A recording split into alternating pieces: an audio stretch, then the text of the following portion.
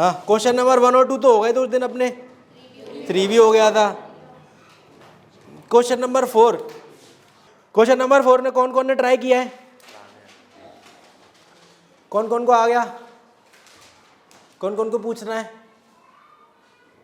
तेरे को आ भी है और पूछना भी है? अच्छा, आधे आधे में ठीक है।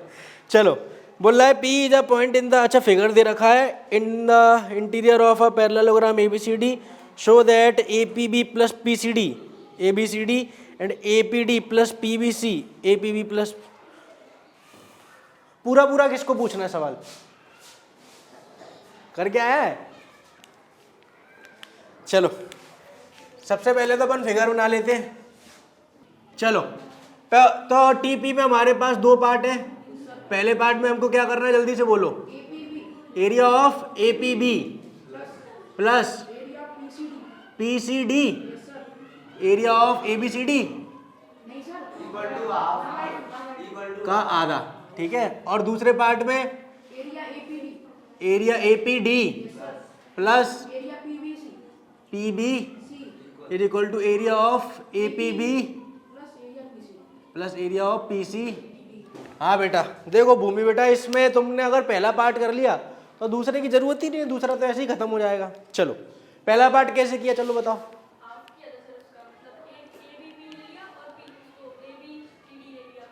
ABP ले लिया और ABCD ले लिया, फिर क्या किया? कैसे? तो पहले कुछ कंस्ट्रक्शन करना पड़ेगा कि क्या किया? हाँ, तो ऐसे तुमने ऐसे वाली लाइन खींची है कि ऐसे वाली हॉरिजॉन्टल? अब वो अपन को कैसे पता पड़ेगा कौन सी खींचनी है? तो हमको लेना है APB। अगर APB ट्रायंगल लेना है तो ऐसी लाइन लेने से ट्रायंगल बन पाएगा कि ऐसी लाइन लेने से बन पाएगा? तो इसीलिए हम क्या डिसाइड करेंगे कि हमको लाइन कौन सी लेनी पड़ेगी। तो कंस्ट्रक्शन में हमको सबसे पहले लिखना पड़ेगा क्या कि ड्रॉ, क्या नाम दे दो इसको, M और N। Draw MN parallel to AB and अगर वो AB के पैरेलल है तो DC के पैरेलल तो हो ही जाएगा, ठीक है। अब ये कंस्ट्रक्शन हो गया। अब पहला पार्ट किस किस को पूछना है वो देख लो ढंग से। पहले पार्ट में बोल रहा है कि APB का एरिया PCD का एरिया प्लस करके ABCD के आधे के बराबर लाना है। तो सबसे पहले तो तुम बताओ कि एरिया ऑफ APB दिख रहा है कौन सा एरिया? ये वाला एरिया, ट्राइंगल का एरिया सबको दिख रहा है। अच्छा, अब एक और बात बताओ कि क्या ABNM, अगर मैं ये लिखता हूं तो ये समझ में आता है मैंने कैसे लिखा है? किस किस को पूछना था पहला पार्ट? हाँ, तो तुम बताओ अगर मैंने ये लिखा है ABNM एक पैरेललोग्राम है तो वो पैरेललोग्राम कैसे है बताओ मेरे को, क्योंकि पहले ये पॉइंट समझोगे तभी आगे कर पाओगे।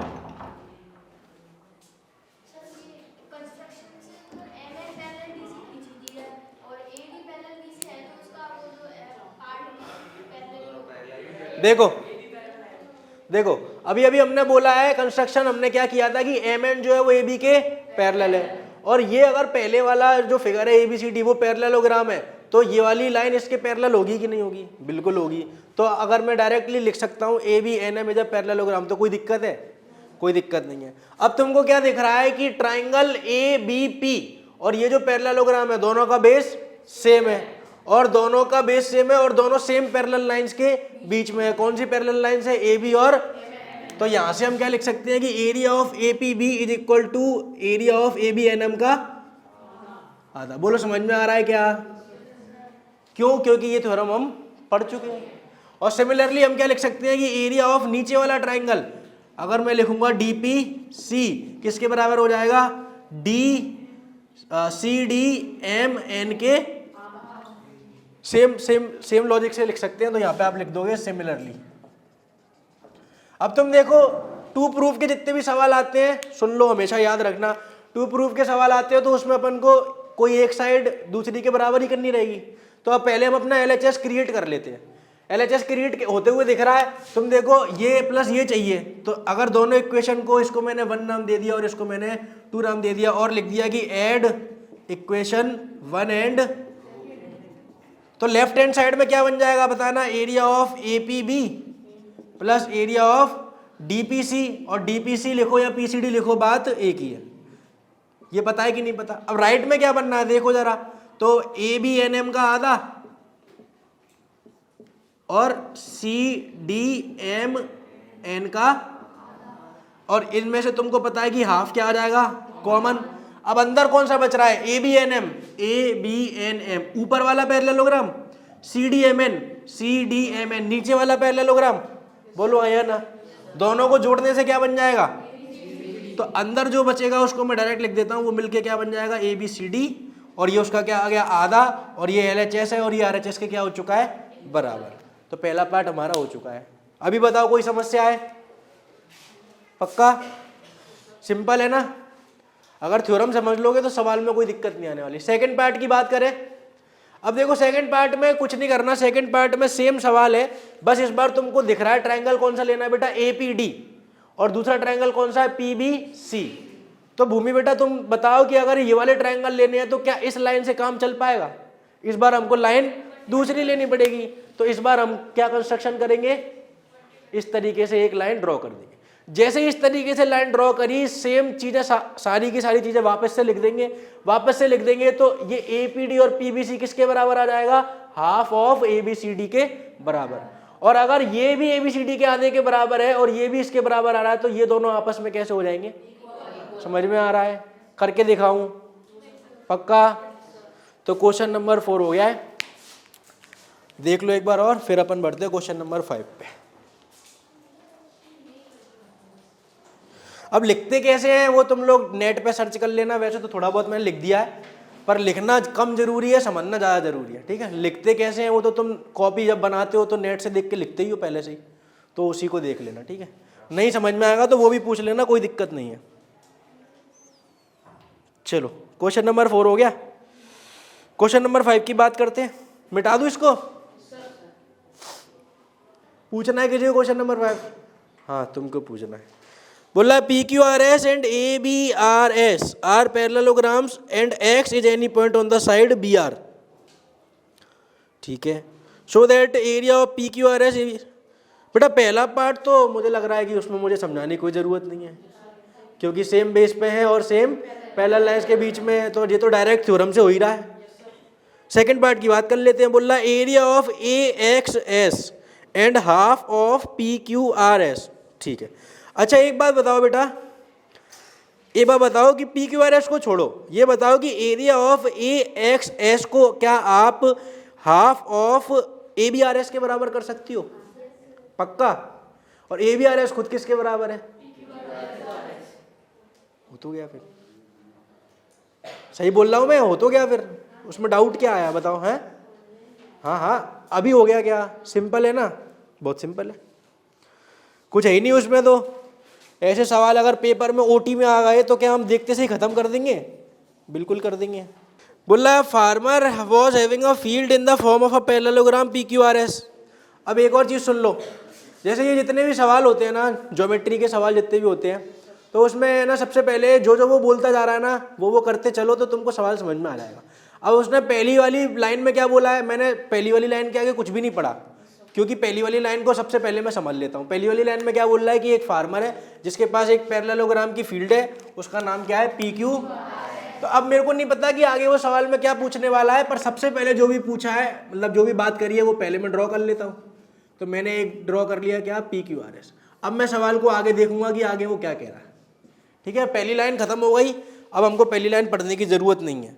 बोला she took any point A on RS and joined it two points P and Q, ठीक है। तो दूसरी लाइन का क्या मतलब है कि उसने एक पॉइंट लिया A, किस पे लिया, RS पे।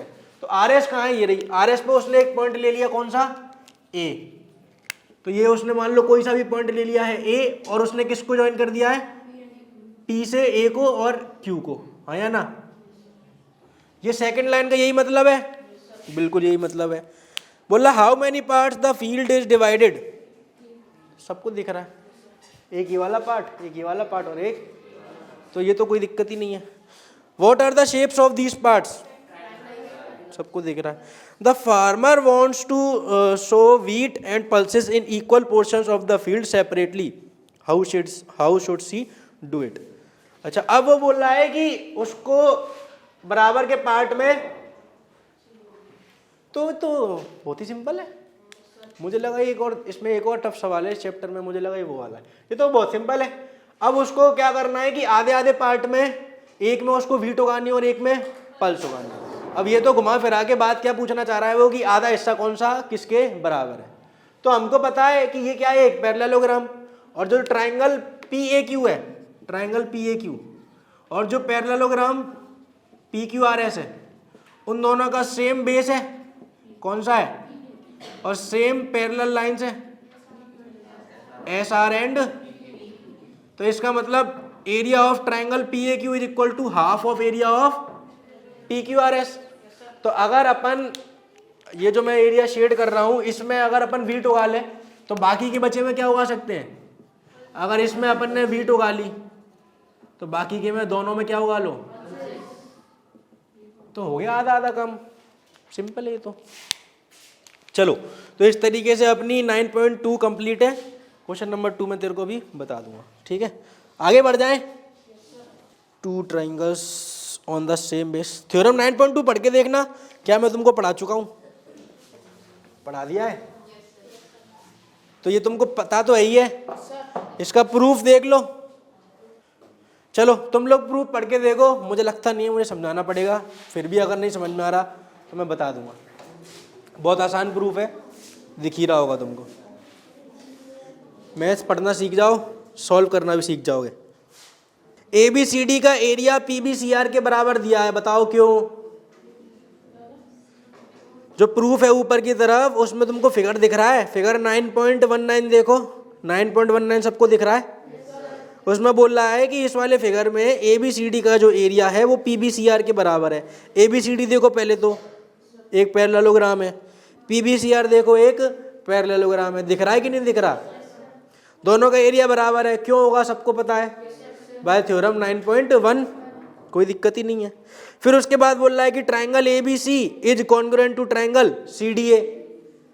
ये पता है क्यों होगा, थ्योरम 8.1 में हमने पढ़ा था कि डायगोनल जो होता है वो पैरेललोग्राम को 2 कॉन्ग्रुएंट पार्ट्स में बांट देता है। और नहीं याद है तो एक बार मैं फटाफट से बता देता हूँ। अगर ये हमारे पास पैरेललोग्राम है, तो अगर ये क्या है डायगोनल, तो पैरेललोग्राम की खासियत क्या होती है, सामने वाली साइड सामने वाले के बराबर, सामने वाले की साइड सामने वाले के बराबर, और ये दोनों में कैसी है ट्रायंगल में, तो बाय साइड साइड साइड ये दोनों ट्रायंगल कैसे हो गए, ये थ्योरम 8.1 होती थी। तो इसकी वजह से उसने बोला है कि triangle ABC is congruent to triangle CDA। और सिमिलरली दूसरे पैरेललोग्राम में भी सेम बात लिख दी है। कोई दिक्कत है किसी को। अब उसने आगे बोल दिया कि जो एरिया ऑफ ट्रायंगल ABC है वो ABCD के आधे है, क्योंकि हमने अभी थ्योरम पढ़ी थी। इसी तरीके से उसने बोल दिया कि PBC का एरिया भी किसके बराबर है, हाफ ऑफ PBCR। और क्योंकि ABCD और PBCR का एरिया बराबर है तो इन दोनों ट्रायंगल के एरिया भी बराबर होंगे। समझ में आ रहा है। एक बार मैं इसको लिख देता हूं, क्या बोल रहा है वो कि ABC का एरिया किसके बराबर है, हाफ ऑफ AB, और दूसरा कौन सा है PBC का एरिया किसके बराबर है, हाफ ऑफ PB। अब तुम बताओ कि ABCD और PBCR आपस में खुद कैसे हैं, बराबर। तो अगर इसको मैं x के बराबर मान लेता हूं तो इसकी वैल्यू कितनी आ गई, x/2, और इसकी वैल्यू भी कितनी आ गई, x/, तो इसका मतलब ABC और PBC कैसे होंगे। तो जो हम थ्योरम पढ़ना चाह रहे हैं वो यही तो कह रही है कि area of triangle on the same base and between the same parallel lines are equal. समझ में आ गया सबको। अब थ्योरम 9.3 और सुन लो। थ्योरम 9.3 क्या कहती है कि अगर हमारे पास 2 ट्राइंगल हैं जिनका बेस कैसा है, सेम, एक तो ये वाला ले लिया हमने मान लो और एक ये वाला ले लिया, ठीक है।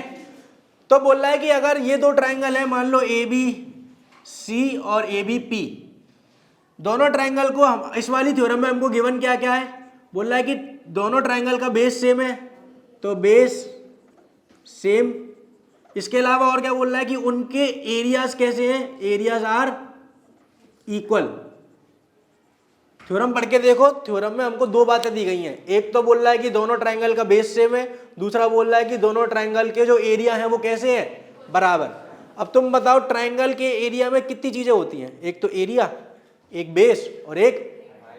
अब इसमें हमको 2 चीजें दे रखी हैं कि बेस बराबर है और एरिया बराबर है, तो दोनों ट्राइंगल की क्या बराबर और होनी चाहिए, हाइट बराबर, सिंपल सी बात है, समझ में आती है, क्योंकि एरिया क्या होता है, हाफ इंटू बेस सेम है, एरिया सेम है, तो h की वैल्यू भी सेम आएगी कि नहीं आएगी, करके दिखा दूं।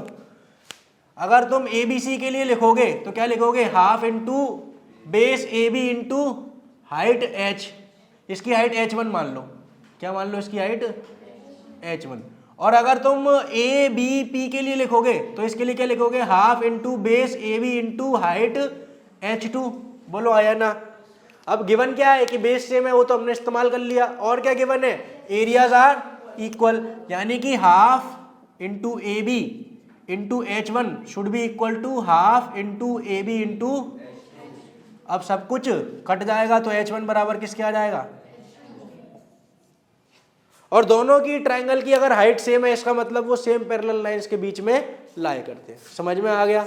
तो ये थ्योरम क्या है, जो थ्योरम हमने पढ़ी थी उसी का उल्टा है।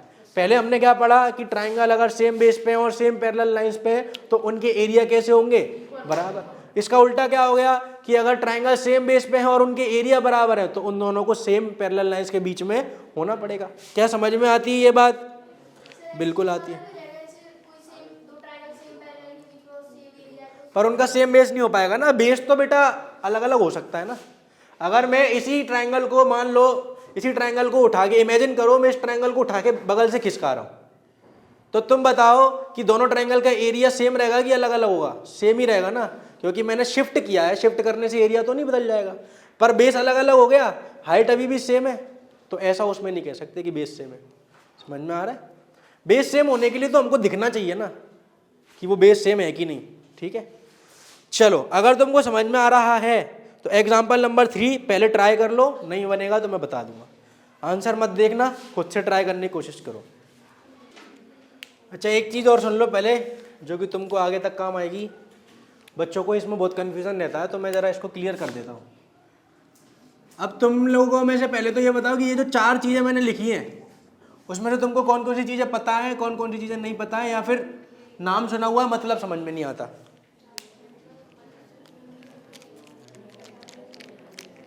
ये सब ट्रायंगल की टर्म्स होती हैं, इतना पता है, ये ट्रायंगल के पार्ट्स होते हैं। ठीक है, अब इसमें समझो मीडियन क्या होता है। मीडियन वो होता है जो सामने वाली साइड पे जिस पे पड़ेगा उसको 2 बराबर हिस्सों में काट देगा। ठीक है, तो अगर अपन बात करें इस वाले फिगर में, अगर हमारे पास यहाँ से मैं ड्रॉ करता हूँ तो मीडियन अगर दोनों के बीच में है तो कहीं ना कहीं इधर आना चाहिए, तो वो कैसे आ जाएगा, इस तरीके से आ जाएगा। अगर ये डी है तो मीडियन क्या हो गया, ए डी क्या हो गया, मीडियन, जिसकी वजह से क्या हो चुका है, B D is equal to D C. समझ में आ गया? तो इसको ध्यान रखना। अब अगर मीडियन आप ए से बना रहे हो तो वो ऐसा आएगा, बी से बनाओगे तो वो इस वाली साइड पे जाएगा, और इससे बनाओगे तो वो उस वाली साइड पे। समझ में आ गया? दूसरी बात, एंगल बाइसेक्टर। तो एंगल बाइसेक्टर क्या होगा, जो उस एंगल को 2 बराबर हिस्सों में काट दे। तो अगर अपन ए की बात कर रहे हैं तो ए से अगर एंगल बाइसेक्टर आप बनाना चाह रहे हो तो एंगल बाइसेक्टर क्या करेगा, अलग अलग बना देगा, मतलब दोनों एंगल को बराबर कर देगा। अब क्या, एक बात बताओ, क्या ऐसा जरूरी है कि मीडियन और एंगल बाइसेक्टर सेम ही लाइन हो? मीडियन अलग हो सकता है और एंगल बाइसेक्टर की लाइन अलग हो सकती है। कोई ऐसा जरूरी नहीं है कि वो दोनों एक ही लाइन हो, पर ऐसा भी हो सकता है कि वो दोनों एक ही लाइन हो। वो केस कौन सा होता है, जैसे कि इक्विलैटरल ट्रायंगल में और आइसोसेलेस ट्रायंगल में होता है, वो तुम अभी छोड़ दो। तो अगर अपन क्या बनाएंगे, एंगल बाइसेक्टर, तो मान लो ये अपन ने एंगल बाइसेक्टर बना दिया और इसको मैंने नाम दे दिया ई। तो ये जो एंगल है और ये पूरा जो एंगल है वो कैसे हो जाएंगे, बराबर। अब वो दिखने में नहीं लग रहे हो, पर तुम मानोगे उसका काम क्या यही है। तो अपन क्या बोलेंगे कि A E is the angle bisector, और उसकी वजह से क्या हो चुका है, angle B A E is equal to angle C A. ये समझ में आता है पक्का? इसके बाद क्या बोल रहा है, परपेंडिकुलर। तो परपेंडिकुलर क्या होता है, उस लाइन, उस पॉइंट की जमीन पे से, बेस पे से हाइट कितनी है। समझ में आ रहा है? तो याद करो मैंने तुमको बताया था, हाइट के बारे में बहुत कुछ बताया था। तो अगर इसकी बात करें तो इसका परपेंडिकुलर कैसा गिरेगा बेटा, ऐसा गिरेगा। समझ में आ रहा है? और परपेंडिकुलर हमेशा किस पे गिरता है, 90 डिग्री के एंगल पे। और अगर इसको मैंने नाम दे दिया एफ, तो यहां से क्या बोलेंगे हम कि A F is perpendicular to B C. समझ में आ गया? जिसकी वजह से वो क्या हो गया, 90 डिग्री का। और इस केस में हम ये भी बोल सकते हैं कि ए एफ ट्रायंगल की क्या है, हाइट है।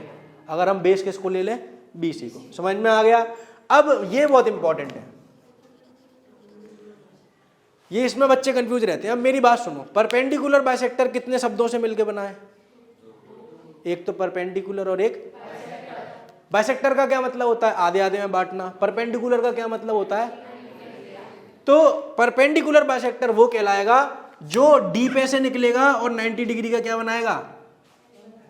अब यहां पे एक देखने वाली बात यह है कि परपेंडिकुलर बाइसेक्टर एक ऐसी लाइन है जो ए से नहीं निकल रही, बाकी की तीनों लाइन ए से निकल रही हैं, पर परपेंडिकुलर बाइसेक्टर ए से नहीं निकल रहा। परपेंडिकुलर बाइसेक्टर क्या करता है? BD इक्वल टू DC करेगा और एंगल BD, और अगर अपन इसको इस वाली पॉइंट को मान लो G नाम दे देते हैं, तो angle BDG is equal to angle CDG is equal to 90 degree, क्योंकि उसका नाम ही क्या है? Perpendicular bisector. समझ में आ रही है? तो इसको ध्यान रखेंगे कि ये जो चारों चीजें हैं वो अलग अलग होती हैं।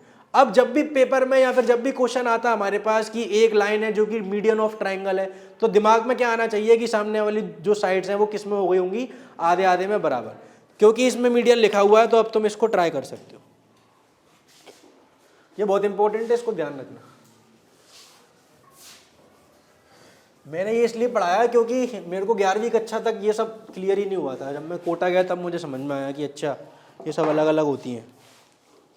और इस एग्जाम्पल 3 को इंपॉर्टेंट मार्क कर लेना, ये आपको याद रखना है, ये पॉइंट आपको याद रखना है, ये अपने आप में एक थ्योरम है। एग्जाम्पल 3 को इंपॉर्टेंट मार्क कर लेना, क्योंकि ये अपने आप में एक थ्योरम है, तुमको ये डायरेक्ट इस्तेमाल करना आनी चाहिए। सवाल समझ में आ गया? बोल रहा है कि अगर आप किसी भी ट्राइंगल में मीडियन ड्रॉ कर दोगे, तो जो मीडियन है वो ट्राइंगल को 2 बराबर के हिस्सों में, और बराबर मतलब कि एरिया से बराबर, तो हमको टीपी क्या करना है? टीपी समझ में आ रहा है? टीपी क्या हो गया? Area of ABD is equal to area of AC। इसमें किसी को कोई दिक्कत है? थोड़ा ऊपर से कौन आना चाह रहा है? हाँ, इसमें किसी को कोई दिक्कत है? टीपी समझ में आ गया। अब प्रूफ की बात करते हैं। तुम जरा सा लॉजिक लगा के देखो। अच्छा एक बात बताओ, एरिया ऑफ ट्राइंगल ABD तुम्हारे हिसाब से क्या होना चाहिए? Half into base into height. अच्छा बेटा एक बात बताओ कि इस ट्राइंगल में अगर ABD की बात करूं तो तुमको उसका बेस क्या दिख रहा है? जलाई ले। हाइट क्या दिख रही है? AN। बोलो कोई दिक्कत है? फिर अगर मैं इसी ट्राइंगल मतलब दूसरे ट्राइंगल की बात करूं, एरिया ऑफ ट्राइंगल ACD, उसमें हाफ इंटू बेस कितना दिख रहा है? CD या DC एक ही बात है। और हाइट कितनी दिख रही है? तो याद करो, मैंने तुमको बताया था कि ये कौन सा ट्राइंगल है? ऑब्ट्यूज ट्राइंगल, और उसकी जो हाइट होती है वो ट्राइंगल के बाहर की तरफ लाई करेगी। तो इसकी हाइट क्या हो गई? बोलो कोई दिक्कत है? अच्छा अब तुम ये बताओ कि दोनों ट्राइंगल की अगर बात कर रहे हैं तो हमको दिख रहा है कि AN दोनों में आ रहा है, हाफ और हाफ। अब अगर BD और CD बराबर हो गए तो क्या एरिया बराबर हो जाएंगे? और तुम बताओ BD और CD बराबर है कि नहीं है? क्योंकि सवाल में गिवन है कि ये जो AD है वो क्या है? मीडियन है। तो हम लिखेंगे कि BD is equal to CD because AD is a median. तो उसकी वजह से ये क्या हो गया? हेंस। समझ लो, इंपॉर्टेंट मार्क कर लो, बहुत ही सिंपल है। इसका इस्तेमाल डायरेक्ट होता है आगे चल के, तो इस्तेमाल करना सीख लो। समझ में आ गया बेटा? तो आज के बाद याद रखेंगे, ठीक है? एग्जाम्पल 4 ट्राई करो, नहीं बनेगा तो बता दूंगा। चलो अब मैं बता देता हूं। सबसे पहले तो देखो सवाल में क्या बोल रहा है। पहली बात तो अगर ये सवाल मान लो पेपर में आता है, नहीं वैसे फिगर तो दे ही देंगे, पर उसने क्या बताया है, जैसे इसको दिक्कत आ रही है कि BE meets DC produced at E, इसका क्या मतलब है? तो इसका मतलब है कि एक सेकंड, मैंने सही बनाया है ना? नहीं, D और B गलत बना दिए। ये D है और ये B है।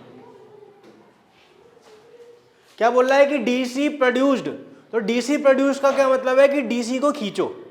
प्रोड्यूस का मतलब होता है एक्सटेंड कर दो। तो DC को एक्सटेंड कर दिया और वो कहाँ पे मीट कर रही है? E पे मीट कर रही है। तो उस लाइन का तो मतलब ये है। समझ में आ रहा है सबको? अब वो बोल रहा है सवाल में टीपी क्या है हमारे पास, area of A B C D जो क्वाड्रिलेटरल है वो किसके बराबर होना चाहिए, एरिया ऑफ ए डी, बोलो आया ना। और सवाल में गिवन क्या है कि ए सी इज पैरेलल टू, इस तरीके से एरो बनाते हैं तो उसका मतलब होता है पैरेलल, ठीक है। जैसे डंडा बनाते हैं तो इक्वल होता है और एरो बना दो तो पैरेलल होता है, ठीक है। हाँ, तो अब ये दिया हुआ है और हमको ये प्रूव करना है, तो कैसे करेंगे सोच के बताओ।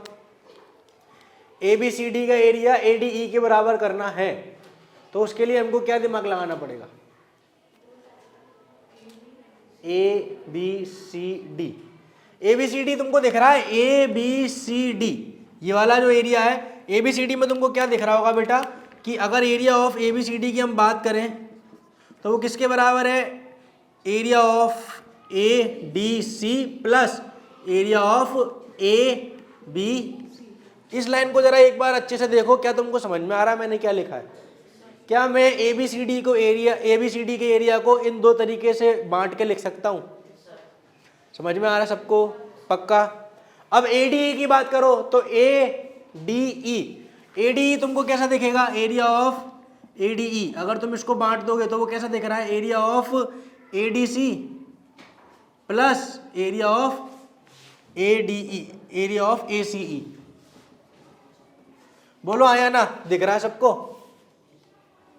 ये area of A D E कैसे लिखा है तुम बताओ, समझ में आ रहा है क्या, ईमानदारी से बताओ कि ये कैसे लिखा है, समझ में आ रहा है क्या, पक्का पक्का। तो तुमको दिख रहा होगा कि अगर हमको इसको इसके बराबर करना है तो ये वाला पार्ट तो इसके बराबर पहले से ही है। अगर हम ए बी सी को ए सी ई के बराबर कर देंगे तो क्या हमारा काम चल जाएगा। मैं ए डी सी के एरिया को एक्स नाम दे देता हूँ और तो ये भी क्या हो गया, इसको मैं अभी के लिए y नाम दे देता हूँ और इसको अभी के लिए z नाम दे देता हूँ। तो ये कितना हो चुका है, x प्लस वाई, और ये कितना हो चुका है, x प्लस। अगर हमने y को z के बराबर कर दिया तो खेल खत्म। तो तुम बताओ ए बी सी और ए सी ई मुझे तो दिख रहे हैं बराबर होते हुए, किस किस को दिख गए, ए बी सी और ए सी ई बराबर होते हुए किस किस को दिख गए। इन दोनों ट्रायंगल पे गौर करो, जो थ्योरम हमने पढ़ी है वो लगाओ, सवाल खत्म। ए बी सी और ए सी ई में बेस कौन सा हो गया, पैरेलल लाइंस कौन सी हो गई, जो सवाल में गिवन है वो पैरेलल हो गई, बेस हमको दिख ही रहा है। तो इसका मतलब y बराबर क्या हो चुका है, इसका मतलब ये प्रूव हो चुका है। समझ में आ रहा है क्या, सही सही बताओ, मुझे लग रहा है एक आध को समझ में नहीं आया। किस किस को आ गया समझ में, जिनने किया था उन्हीं को समझ में आया, जिनने नहीं किया था उनका क्या हुआ। अबे घबरा रहे हो, मैं मारूंगा थोड़ी ना, बताओ ना क्या नहीं समझ में आया, मेरे को बोलो। बेटा ऐसे मूर्खों की तरह बैठोगे तो मूर्ख ही बने रह जाओगे। अगर नहीं आया है तो मास्टर का काम क्या है, तुमको सिखाने का काम है ना। बोलो मास्टर से क्या नहीं समझ में आया, इसमें कौन सी चीज है जो दोबारा बताई जाए, बोलो पूरा। तुम तो सिर पे ही बैठ गए बेटा। अच्छा ये वो देखो, हमको टीपी में क्या करना है, सवाल को समझ के ये समझ में आता है क्या। सवाल में उसने हमसे जो बोला है उसकी वजह से मैंने देख के क्या लिख दिया, टीपी ये है। टीपी में कोई दिक्कत, सही सही बताना, बिल्कुल नहीं है ना। अब जो टीपी दिया हुआ है उसके हिसाब से मैंने दिमाग लगाया कि मैं क्या कर सकता हूँ। तो मैंने क्या किया कि ए बी सी डी को ब्रेक कर लिया, ए बी सी डी को ब्रेक कर लिया, उसमें कोई दिक्कत, सबको दिख रहा है कि ऐसे ब्रेक कर सकते। सिमिलरली मैंने किसको ब्रेक कर लिया, ये मैंने लेफ्ट हैंड साइड को ब्रेक किया है, फिर मैंने राइट हैंड साइड को भी कर लिया। अब ऐसा ब्रेक करने से मेरे को दिख गया कि एक चीज तो दोनों में कॉमन है, दूसरी जो अलग अलग है अगर मैंने उसको बराबर कर दिया तो सवाल खत्म है। अब उसको बराबर करने के लिए मैंने इन दोनों ट्रायंगल्स को देखा, तो मुझे क्या देखा कि ए बी सी और ए सी ई ये दोनों ट्रायंगल है। अगर ये दोनों ट्रायंगल है तो उनका बेस मेरे को सेम दिख रहा है और उनके पैरेलल लाइंस का जो डिस्टेंस है वो सेम ही रहेगा जो हमने पढ़ा था। तो थ्योरम जो हमने पढ़ी थी क्या, कि area of triangle on the same base and between the same parallel lines are equal, तो उसकी वजह से area of A B C area of A C के बराबर हो गया। इसका मतलब y बराबर z है, तो x plus y x plus z एक ही चीज हो गई कि अलग अलग हो गई? आ रहा है समझ?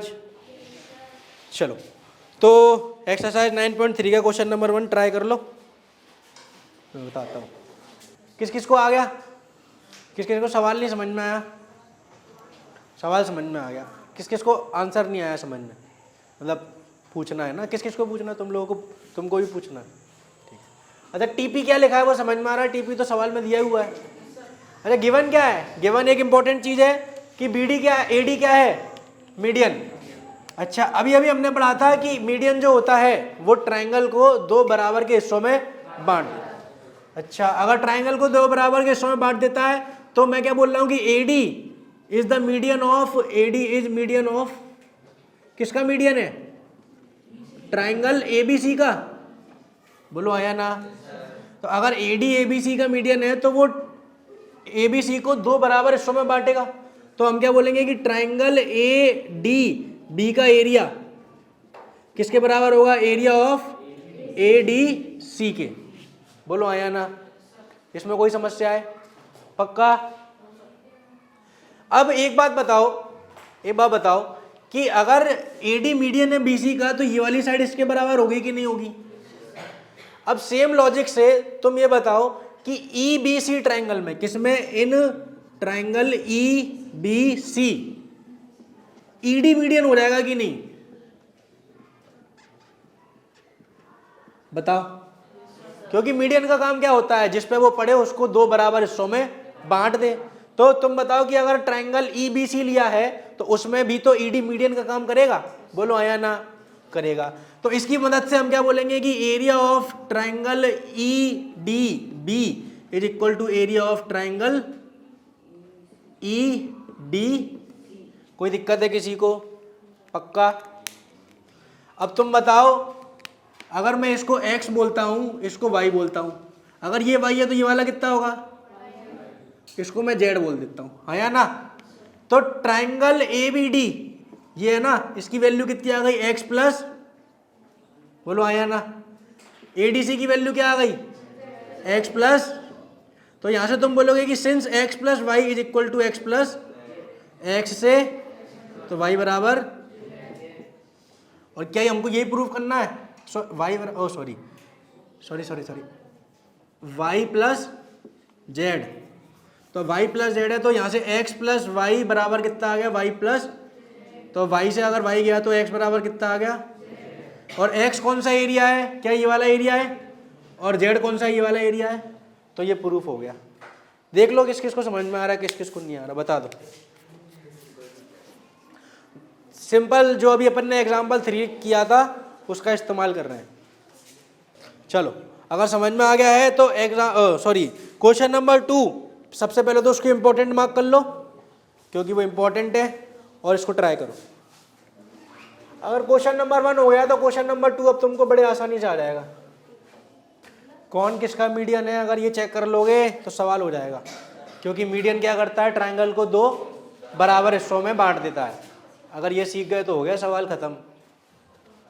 सवाल में क्या बोल रहा है? इस वाले सवाल में देखो एक लाइन बोली है जो कि सवाल करने के लिए बहुत इंपॉर्टेंट है, वो लाइन समझ लोगे सवाल हो जाएगा। क्या बोल रहा है कि E is the mid point of AD, E is the mid point of median. अब देखो जरा, अगर मीडियन एडी है तो ये वाली लाइन किसके बराबर होगी? और उसके बाद उसने एक और चीज बोल दी कि ई क्या है? एडी का भी मिड पॉइंट है, तो ये वाली लाइन किसके बराबर होगी?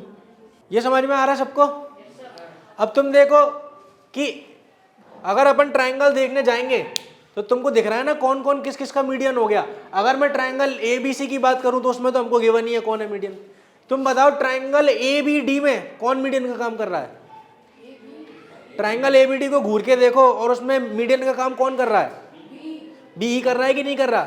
अच्छा अब एक बात बताओ बेटा, बातें नहीं, अभी डांट पड़ जाएगी, नहीं तो तुम्हारा हो गया तो दूसरों को करने दो। एक बात बताओ, इस वाले ट्रायंगल की अगर बात करें तो तुमको दिख रहा है ना कि बीई क्या है? मीडियन। और अभी अभी हमने पढ़ा था कि मीडियन जो है वो ट्रायंगल को दो बराबर के हिस्सों में बांट देता है। तो अगर ये ऊपर वाले हिस्से का एरिया x है तो नीचे वाला कितना होगा? समझ में आती है ये बात? अब इसकी बात करो तो सेम इसी लॉजिक से ये मीडियन हो जाएगा, तो अगर इसका हिस्सा y है तो ये वाला कितना हो जाएगा, कोई दिक्कत है किसी को? और सवाल में हम पहले ही देख चुके हैं कि AD क्या है, मीडियन ऑफ BC। तो ट्राइंगल ABD का एरिया किसके बराबर होना चाहिए, ABD का एरिया किसके बराबर होना चाहिए, ट्राइंगल AC, बोलो आया ना। अब ABD का एरिया कितना आ रहा है 2x, सबको दिख रहा है क्या, एक बार देख लो। और इसका कितना आ रहा है, तो यहां से 2 से 2 गया तो x बराबर कितना आ गया, तो मैं इन सब y की जगह क्या लिख सकता हूं, बोलो आया ना। अब बताओ कि एरिया ऑफ ट्राइंगल ABC कितना आया टोटल बेटा, x plus x plus x plus कितना हो गया 4x, बोलो आया ना। और ट्राइंगल BDE का एरिया कितना है, x है, तो x की वैल्यू कितनी आ गई BDE के बराबर, तो यहां से ट्राइंगल ABC बराबर कितना आ गया 4 टाइम्स x की वैल्यू क्या है ट्राइंगल BD, कोई दिक्कत है किसी को? और इस 4 को मैं यहाँ पे लिख दूं 1/4 करके, तो कोई दिक्कत है? तो ये आ रहा है समझ में? एक बार अच्छे से देख लो, जो नहीं समझ में आ रहा वो पूछ लो। इसीलिए मैंने पहले ही बोला था एग्जाम्पल 3 तुमको याद रखना पड़ेगा। कुछ पूछना फिर से, कोई सा पार्ट इसमें है कि यहाँ से दोबारा बता दो, पूछना है पूछ लो, शर्माओ मत। कुछ पूछना है बेटा किसी को, आ गया समझ में? तो घर पे जाके दोबारा कर लेना, ऐसा नहीं कि बस आपने कर लिया तो हो ही जाएगा, ऐसा नहीं होता, ठीक है? अभी होमवर्क लिख लो, एक्सरसाइज 9.3। तो आज के लिए इतना बहुत है। तो वीडियो कैसा लगा आप कमेंट करके जरूर बताना। अगर आपको वीडियो से कुछ सीखने मिला है और आपको वीडियो पसंद आया है तो आप वीडियो को लाइक कर दीजिए और इसी तरीके के वीडियोस देखने के लिए चैनल को सब्सक्राइब कर दीजिए। अगर आप कुछ बात करना चाहते हैं या फिर आपके कोई डाउट है तो आप मुझे इंस्टाग्राम पर फॉलो कर सकते हैं, लिंक डिस्क्रिप्शन में आ रही होगी। तो आज के वीडियो के लिए इतना ही, अब हम मिलेंगे अगले वीडियो में, जब तक के लिए बाय बाय।